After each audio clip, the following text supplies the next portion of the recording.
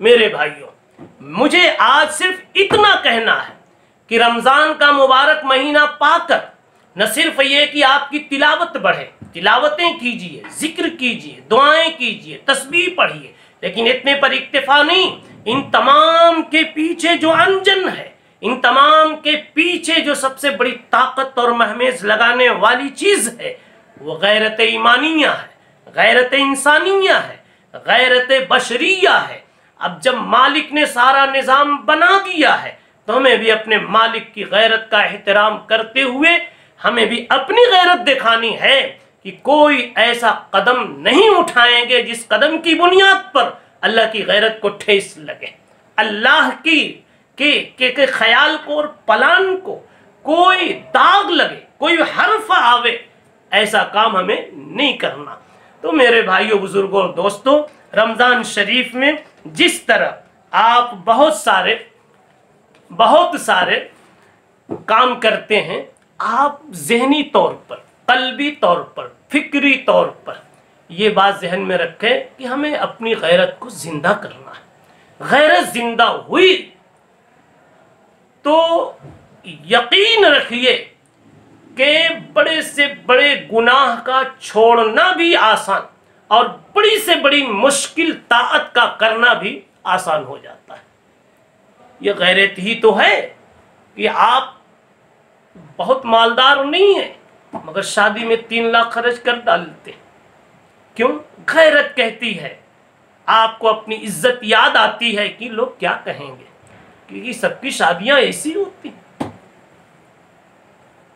ایک مولوی سے مسئلہ پوچھ دیا جاتا ہے، اگر غیرت والا ہے تو گھنٹہ، 2 گھنٹہ، 4 گھنٹہ، 5 گھنٹہ، دن بھر، 2 دن، 15 دن لگا کر کے مگر حل کرنے کی کوشش کرتا ہے، اس لیے کہ میرے ساتھ لیبل لگا ہوا ہے مولوی ہونے کا۔ خود مجھ سے ایک مرتبہ ایک بڑے عالم نے ایک حدیث پوچھ دی، میرے پاس مراجع نہیں تھے، اس حدیث کو بھی اس وقت جب ابھی میں فارغ ہوا تھا، اس حدیث کو تلاش کرنے میں 15 دن لگ گئے۔ یہ مولوی کو کیوں فکر ہوتی ہے؟ اس لیے کہ اس کی جو مولویانہ غیرت ہے وہ جاگتی ہے کہ جب میں مولوی ہوں، جب مولوی کا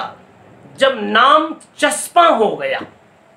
اور جب اپنے ساتھ یہ لقب جڑ گیا تو ہمیں مولویانہ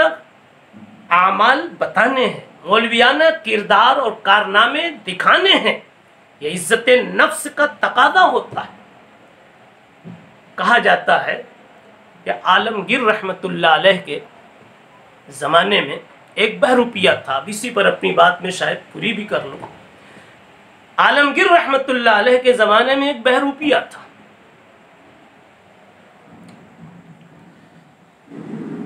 جس رنگ میں، جس کلر میں بننا چاہے بن جاتا اور لوگ دھوکہ کھا جاتے۔ کبھی بہت بڑا ڈاکٹر بن گیا ہو، کبھی بہت بڑا علامہ بن گیا، کبھی صوفی زمانہ بن گیا، کبھی بگڑا ہوا انسان بن گیا، ڈاکو بن گیا، کچھ اور بن گیا، کچھ اور بن گیا۔ حضرت عالمگیر رحمت اللہ علیہ نے اس سے کہا، بیٹا ذرا ایک دن مجھے بھی دھوکہ دے کے بتانا، اگر تو نے مجھے دھوکہ دے دیا اپنے بہروپیہ پن کی وجہ سے تو اتنا انعام تم کو، ایک مقدار بتائی۔ اس نے کہا ٹھیک ہے، کوئی بات نہیں، وقت آئے گا دیکھیں گے۔ حضرت نے کسی مجلس میں کہہ دیا اور حضرت تو بھول گئے۔ وقت گزرتا رہا، یہاں تک کہ ایک مرتبہ حضرت عالمگیر رحمت اللہ علیہ کا اورنگ آباد کی طرف سفر ہوا۔ حضرت بھول چکے تھے، کیا ایسی تفریحی باتیں کہاں بڑوں کو یاد رہتی۔ اس شخص کو یہ پتا چل گیا مہینوں پہلے حضرت کا ادھر دورہ ہونے والا ہے، تو اس نے بہت پہلے سے اورنگ آباد کے اطراف میں مسجدیں اس نے پکڑ لی، صوفی بن گیا، تسبیح اس نے تھام لی، اللہ اللہ کی رٹ لگا لی، چہرے سجا لیے، پیر